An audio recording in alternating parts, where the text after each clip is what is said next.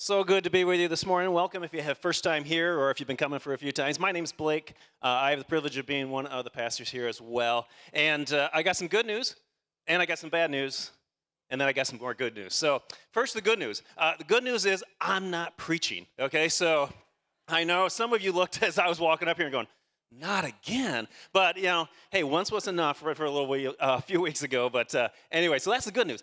Bad news is Brian and David, our usual communicators, are not preaching either. So great communicators they are, but they're both off this week. But I've got more good news. Good news is we've got Dr. Jeremy Grinnell with us this morning, so excited for him. If you don't know Jeremy's been a longtime friend.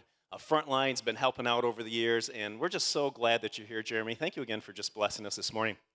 Dr. Grinnell actually has a new book coming out next year. It's called Bellowing of Cain. And that book highlights, what it does is it walks through loss in his life and then redemption. It follows the story actually of the Bible of where there is great sin, there's forgiveness, and then there's redemption. And so that book's coming out again next year. It's called Bellowing of Cain. And if you want to join along in that journey, the publishing journey, the website is up there. It's bellowingofcain.com. But if you could help me welcome Jeremy this morning to Frontline. So let's give him a great Frontline welcome.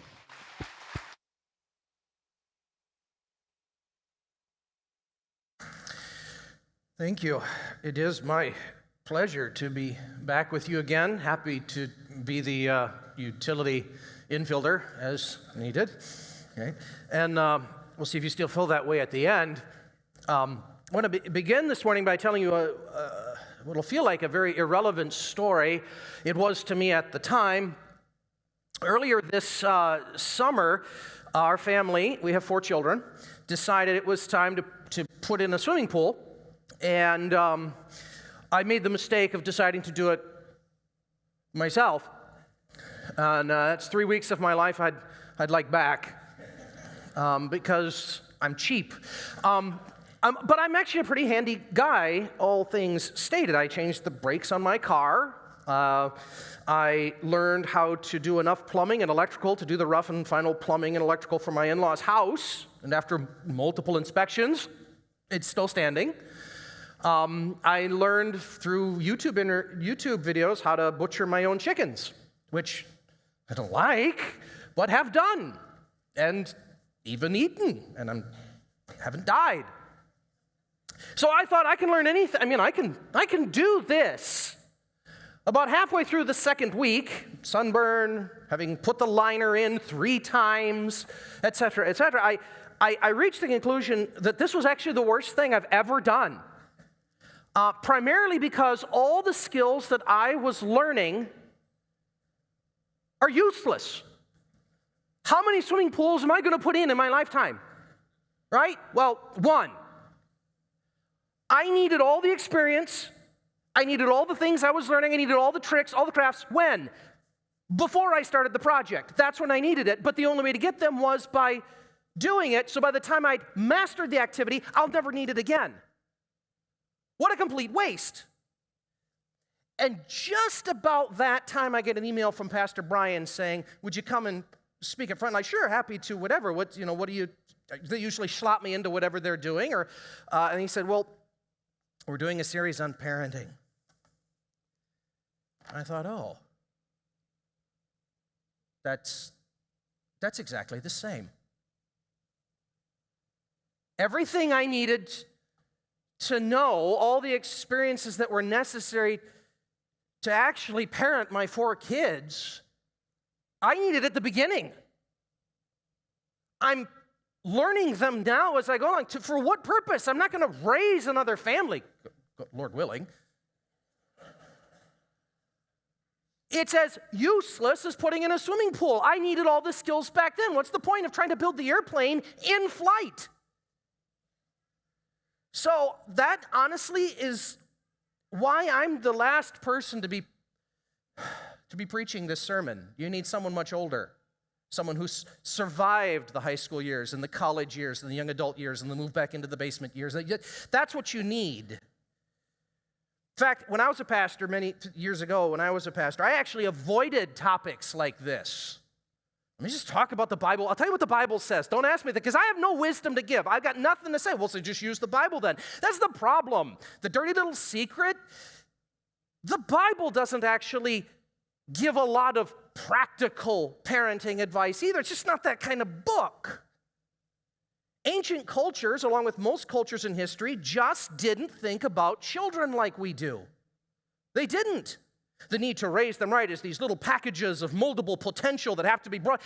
No culture in the world, pre-Edwardian England and its children's stories, thought that way. I think it just goes back to the turn of the 20th century in those Old English stories. That's what turned children from sort of Darwinian objects that survived or didn't to these little bundles that we have to care for and have those responsibilities for. So it's new in the history of the world that we think of children the way we do. I mean, the closest advice, truly, like pithy advice we get in the Bible on parenting are things like, coming from the Apostle Paul, who had no kids, by the way, saying things like, fathers, do not provoke your children to wrath, which admittedly is a very low bar. And when my children tell me for sure that I violate at least once a week. Now, the truth is I've said all of that to actually encourage you this morning, if you're anywhere in the parenting cycle. Because God, of all persons, surely knows something about dealing with children who want to go their own way. And when you put it that way, surely God, of all persons, knows better than any of us how costly it is to bring children to maturity. Consequently, God must know how useless it would have been to give us a book full of cheap maxims and advice. What God actually gives us are stories of real families. As if to say, and I think I grow to mean this more every day, as if to say to you, look, just so long as you don't screw your kids up as bad as these people, hang on, you're doing fine. Just as long as they survive and they don't look like this when they're done, you're doing great. That's what we actually meet this morning, is a really messed up family. And I hope you're encouraged by the fact that if you're not this, you're going to make it. It's a set of what might be called lawnmower parents. I had never heard the term before Pastor Brian gave it to me. Perhaps you don't know it either. You're probably familiar with helicopter parents. We know that one, the one who hovers over the child as they move through life, right? Well, the lawnmower parent, I guess, is what the helicopter parent devolves into when they descend.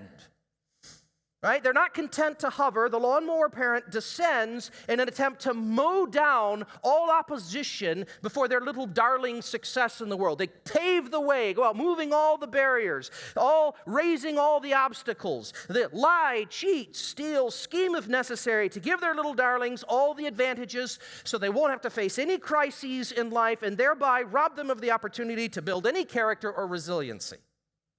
Good parenting. What family is this, you ask? Well, they're found in the book of Genesis 27. We're in the patriarchs.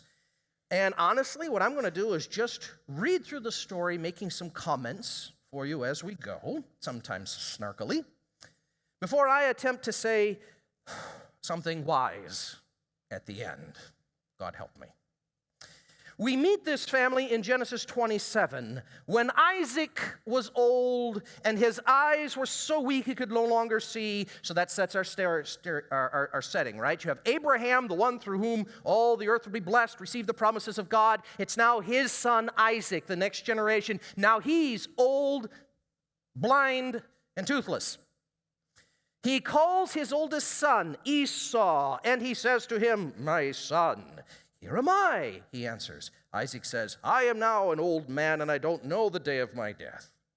Now then, get your equipment, your quiver, your bow, and go out into the open country to hunt some wild game for me. Prepare the kind of tasty food I like, and bring it to me to eat, so that I may give you my blessing before I die." Now, a lot has been written about this idea of the blessing, and certainly it contains a small part of what we think of when we think of blessing, like when you sneeze and I say, God bless you. Yeah, I'm wishing you well, go, prosper, live long life, that sort of thing. But there's a lot more in this culture. The blessing actually is wrapped up also in the transfer of family wealth and inheritance. The blessing from the father traditionally falls to the oldest son, really, in the Semitic cultures, falls to the oldest son, who will be the next patriarch of the family. And it involves all kinds of things. The subordination of other family members, executive authority over the family's industry and businesses. It makes that person the religious head of the family. It's the sort of thing that obviously can only be given to a single person. So the blessing is a real significant thing. So far in this story, there's really nothing to see. Keep moving. This is a story that unfolded thousands of times. Esau, the oldest boy, the oldest of the two boys, Esau and Jacob, and it's all going to go according to plan. Esau's going to get the blessing. This is how it should go. Normal, everyday family life. And now, enter the crazy. Verse 5. Now, Rebekah, it's Isaac's wife, was listening to Isaac.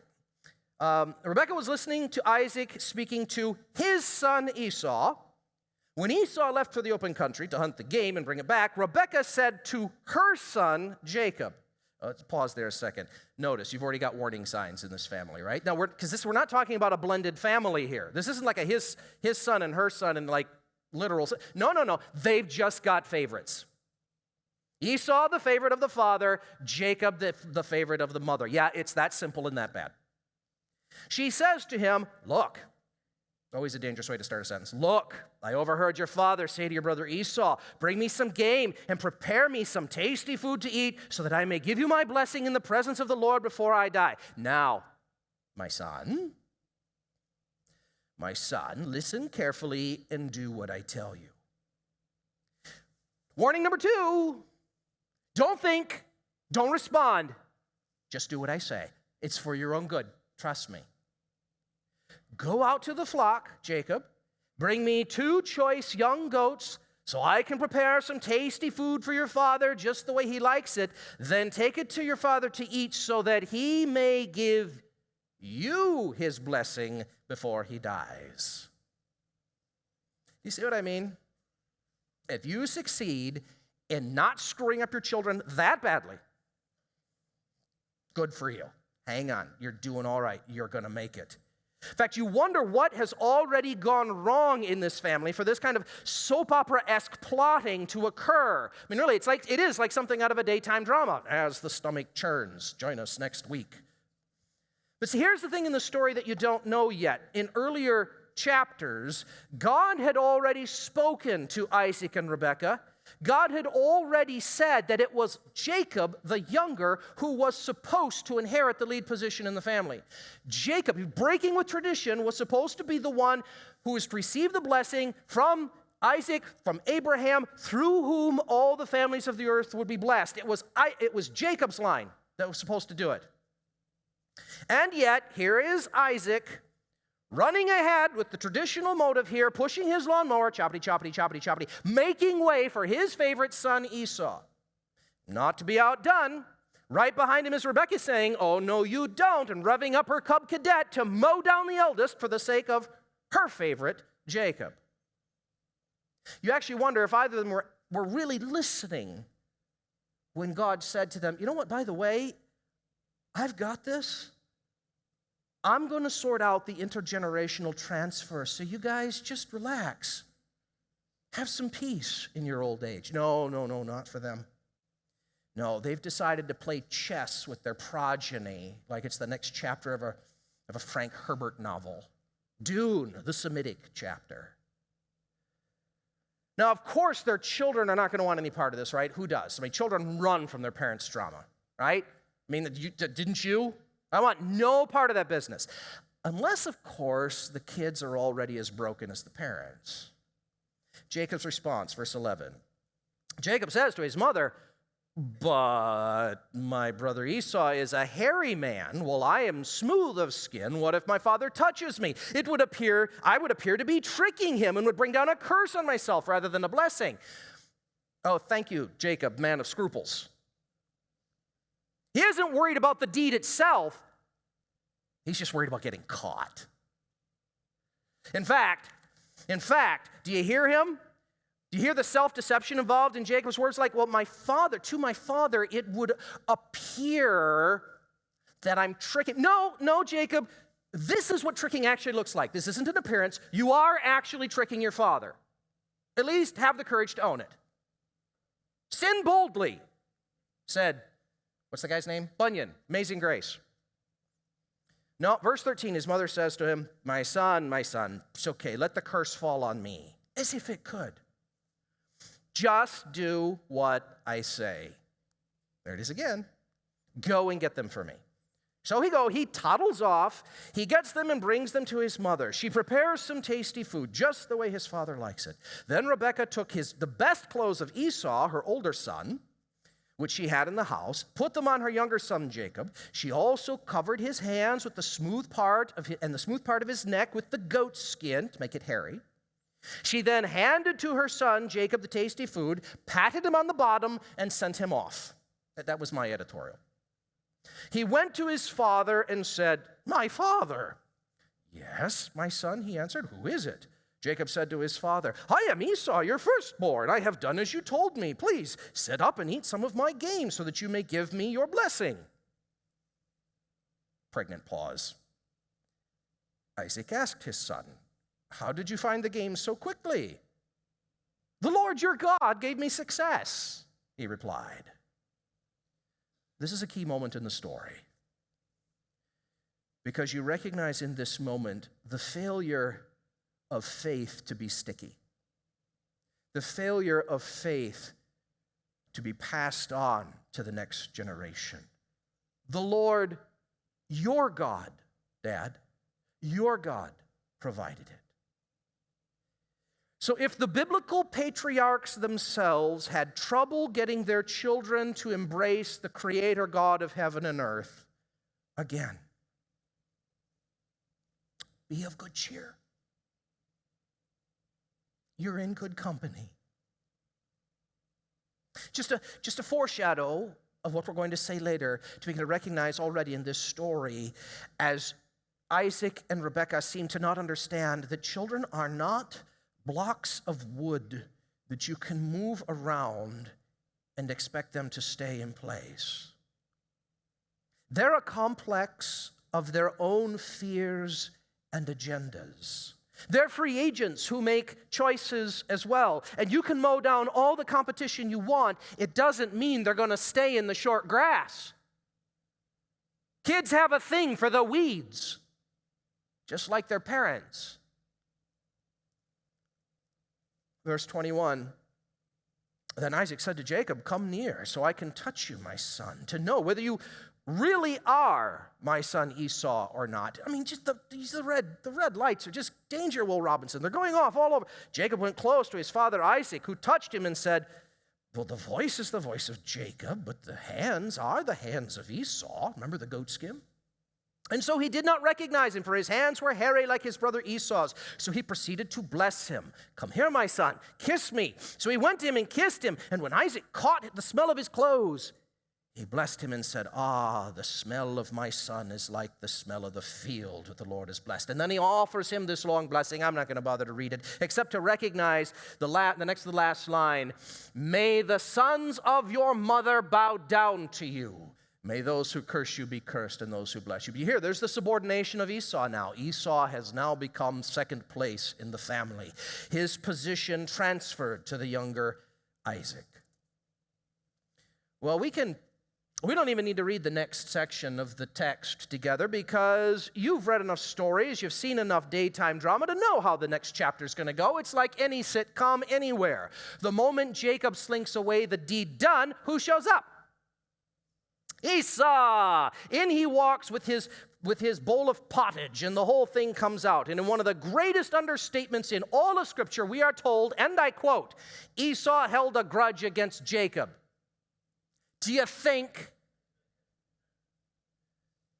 But more, Esau thought in his heart, my father's about to die. Once he's gone, I'm going to take care of Jacob. I'm going to kill him. Verse 42, Rebekah hears of it, sends for her younger son Jacob, and says to him, your brother Esau is planning to avenge himself by killing you. Now then, my son, what comes next? Do as I say. There it is, third time. Don't question, don't think. It's for your own good. Trust me. Just do it. Flee at once to your uncle's house in Haran. Stay with him for a while until your brother's fury subsides. And when your brother is no longer angry with you and forgets what you did to him, honestly, I've got to stop right at this point and just say, Rebekah strikes me as a person of very low emotional intelligence. When your brother forgets the fact that you chiseled him out of the inheritance, when he comes back around and forgets that, who does she think herself? Does she know Esau so little, her own son, to think that this is going to pass? Does she think so little of Esau? Go, I'll send word for you to come back there. Why should I lose both of you in one day? A statement which has always mystified me. Jacob, I understand she would lose Jacob because Esau would kill him. But lose Esau too? Maybe this is a recognition that she understands she already has. What is Esau to her? Nothing. If she kills Jacob, she might as well be sonless. Then Rebekah said to Isaac, she goes back to Isaac, I'm disgusted with living because of these Hittite women. If Jacob takes a wife from among the women of this land, from the Hittite women like these, my life will not be worth living. And mom is done. Close of chapter. What? Well, here's the thing. Esau had married a Hittite woman, and it had brought infinite grief to Rebekah. And honestly, I don't know any Hittite women. I've never met them. I don't know that they're horrible people, but they appear to be, according to Rebekah. She is still manipulating things in an attempt to spare her child from being accountable. So she's going to send him away to her uncle's, to her brother's place, away. But to cover the tracks, clearly this is what this means in the context. To cover his tracks, she goes to Isaac with this cock and bull story about Hittite women. Again, I don't know whether this is true or false, but the context makes it clear she's seeking a different pretext to explain Jacob's running away. She doesn't want him to go under the label thief, running for his life. No mother would want that for her child. No, she's got to mow more turf. So she goes to Isaac and comes up with this other story. I want him to go marry one of the good, clean girls from back home. Not one of these filthy ones here in the land. So you send him, so he could go with his father's additional blessing. She's still mowing. Heaven forfend that Jacob should have to face the consequences of his actions. Heaven forfend he should learn a little character or humility. She insulates him from every virtue in the name of parental love. Now, of course, the story goes on. But that's the end of today's passage. But to make the correct point here, the singular point I want you to get and no other, I'm going to have to tell you just a touch more about how this story plays out. Because, yes, Jacob did run.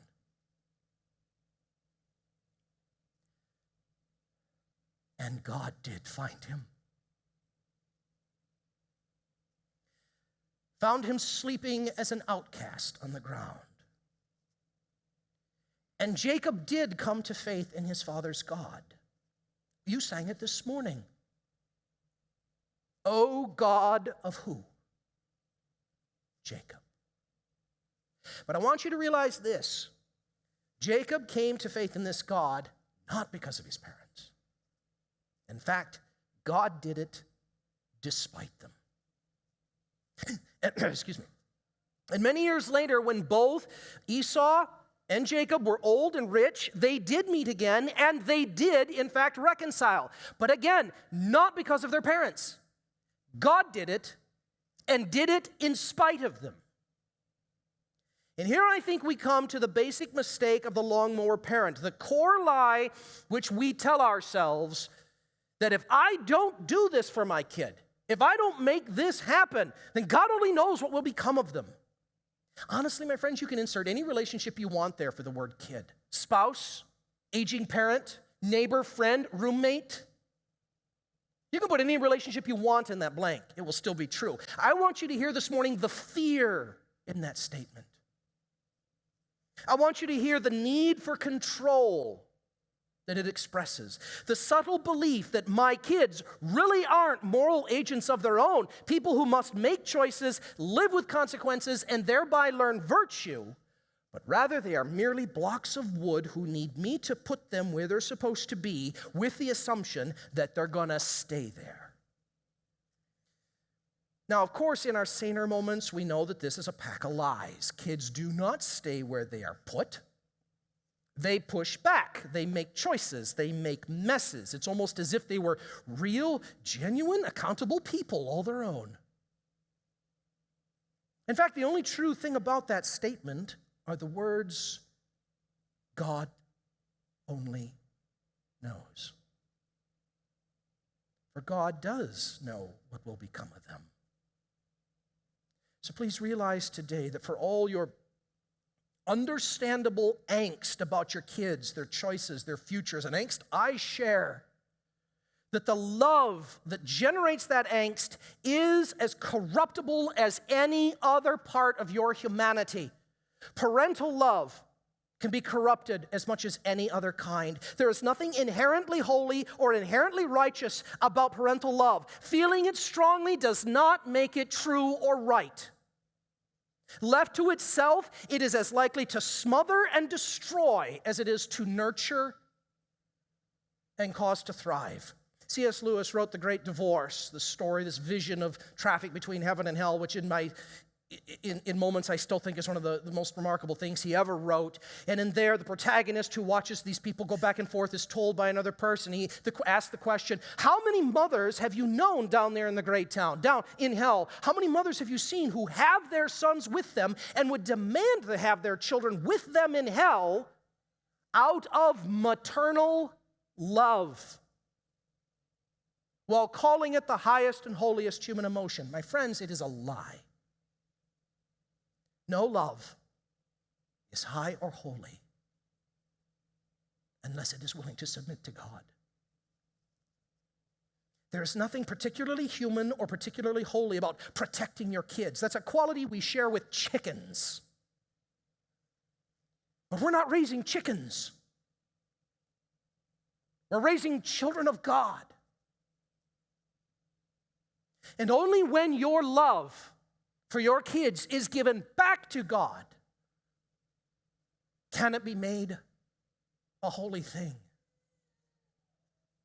Can I be blunt with you this morning? Don't answer that, because I'm going to be blunt with you this morning. It was rhetorical. You are not raising your children. You think about this way for yourself at times, don't you? Just as you belong not to yourself but to someone else. We talk this way. We know Paul well. Just as you in your better, holier moments acknowledge, my life is not my own. I am bought with a price by someone else. Just as you try your best to believe and submit to the fact that God really is the one who holds your destiny in faithful fingers, my friend, what you know to be true of you, you must extend to your children as well. In this sense, they are not yours. They never were. They were never blocks of wood for you to move around believing you were giving them the best chance possible. They are divine image bearers, beloved from all eternity by their Maker and their Redeemer. And I want you to try to believe this morning that no matter where they wander in the wide, wide world, no matter what mistakes they make, and they will, no matter how avoidable or tragic the pickles they find themselves in, they may be lost to you, but they are not lost to their Maker. The solution to being a lawnmower parent does not involve getting more efficient at cutting the grass, but to realize rather that no matter how deep the weeds your kids get into, the beautiful thing is children in the weeds are always visible from above. It is not your job to ensure your children's destiny. It never was. And it's beyond your power because they're not really yours. Your first, yes, do all the good you can for your kids, but the first most important thing is to recognize that fact. It's the first job of a parent. These aren't my kids. Well, what do you say then? Is parenting useless? Is there nothing we should do? Should I just return to the pre-Edwardian view of children and let Darwin take over, and those who survive do, and those who don't can be replaced? Is that what we're left to? No, my friends, it's not as bad as that. You do have a part to play, and it's actually a role you cannot help but play. You will do it regardless of your intent, regardless of your desire. What you will do, whether you like it or not, whether you want to or not, you will model a particular kind of humanity before your children's eyes. You will demonstrate to them what it means to be human. God's human or some other kind. For your children will see you be godly or perverse, just or wicked, fair or corrupt. They will hear you pray or curse. They will witness in your times of trouble you either learning virtue or embracing vice. They will watch you worship your God, or they will watch you worship something else. And they will draw conclusions from that. Remember, you don't get to pick the conclusions they draw. You just don't. You get to pick what sort of model you're going to be. They will then make choices based on that, for which they will be responsible before their God. So live the kind of life you want your kids to see. In the end, it's all you can do. And thankfully, I believe it's all that's actually required of us. It's up to them and to the God who knows and loves them better than you do. If you don't think you can trust your kids, trust God, whose kids they really are. I know this is an act of faith I'm asking of you. I'm asking you to embrace the truth that God can meet your kids in the dark and wayward places of their wanderings just as easily and perhaps more effectively than in the safety of our mowed lanes and manicured lawns. I'd like you to remember this morning that we worship a God who is very adept at finding lost sheep, lost coins, and yes, lost